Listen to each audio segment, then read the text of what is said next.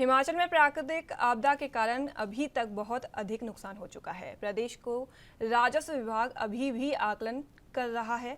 वास्तव में हिमाचल को अभी तक विभिन्न मदों में कितना नुकसान हुआ है, इसके अलावा उद्योगों को भी काफ़ी अधिक नुकसान उठाना पड़ा है।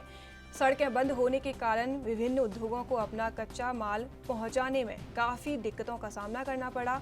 वहीं विपक्ष हमलावर है कि उद्योग पलायन कर रहे हैं, सरकार से उद्योग नहीं संभल पा रहे हैं।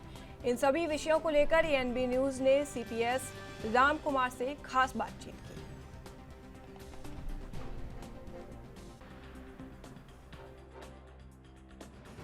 ये लेकिन उसके बावजूद भी नुकसान हर रोज जो है वो हो रहा है। आज भी प्रदेश में कुछ लोग मरे हैं। तो इस तरीके से सड़कें भी ढल रही हैं।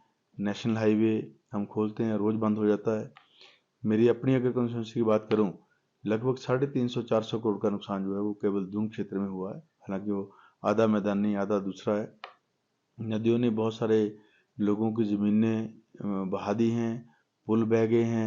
हमारे जो करीब 50 वर्षों में रोड्स हमने ग्रामीण इलाकों के लिए बनाए थे वो लगभग वॉश आउट हो गए हैं, और जो पक्के थे वो ढल चुके हैं और नदियां बन गई हैं। इस तरीके से बड़ा भारी लॉस हर क्षेत्र में। आईपीएच में हमारी बहुत सारी पेयजल योजनाएं, बहुत सारी सिंचाई योजनाएं जो वो बह गई हैं, उनके पाइपलाइंस बह गए हैं। अगर हम बिजली विभाग की बात करें तो मेरे यहाँ इवन हमारे 3300 केवी की लाइन जो हैं वो वॉश आउट हुई हैं, गिरी हैं। उनके कंडक्टर्स लीक हो गए, उनके जो इंसुलेटर्स होते हैं वो लीक हुए हैं बारिश के कारण। लगातार बारिश, इतनी लंबी बारिश का मौसम कभी हुआ नहीं। तो गर्मियों से ही लगभग मार्च अप्रैल से बारिश चली हुई है। और इसके अलावा हमारे जो नेशनल हाईवेज हैं, हमारा जो पिंजौर बद्दी मार्ग है वो बंद पड़ा है, उस पर 3 पुल ध्वस्त हो गए हैं। बाकी 7-8 पुल जो हैं वो और ध्वस्त होने के कगार पे हैं, जिनकी थोड़ी बहुत रिपेयर उन्होंने की है। एक आध पुल उन्होंने वैकल्पिक रोड बनाया है ह्यूम पाइप से, लेकिन जब भारी बरसात के कारण पेड़ वेड़ आएंगे ऊपर से वो दोबारा वॉश आउट हो जाएगा। जब तक जो है वो पुल नहीं लग जाते, बड़ा भारी नुकसान जो है इंडस्ट्री को भी हो रहा है।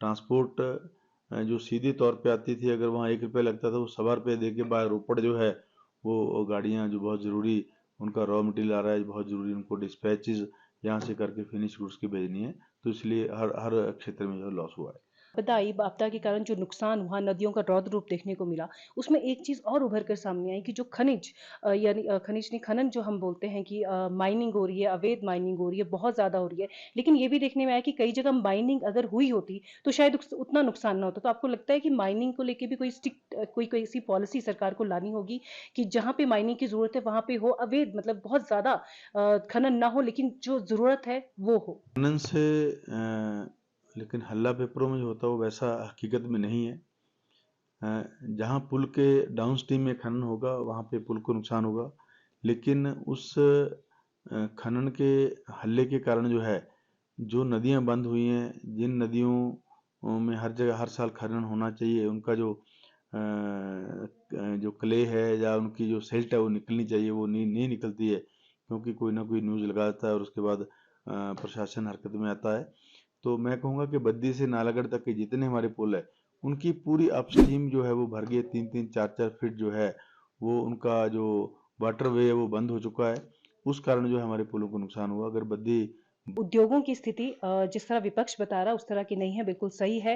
रेवेन्यू इनके पास है, इन्होंने आंका है अभी तक जो बताया जा रहा है कि जो ऑफिशियल जो अभी तक रिकॉर्ड पर आया उससे कहीं ज़्यादा नुकसान हिमाचल को पहुंचा है।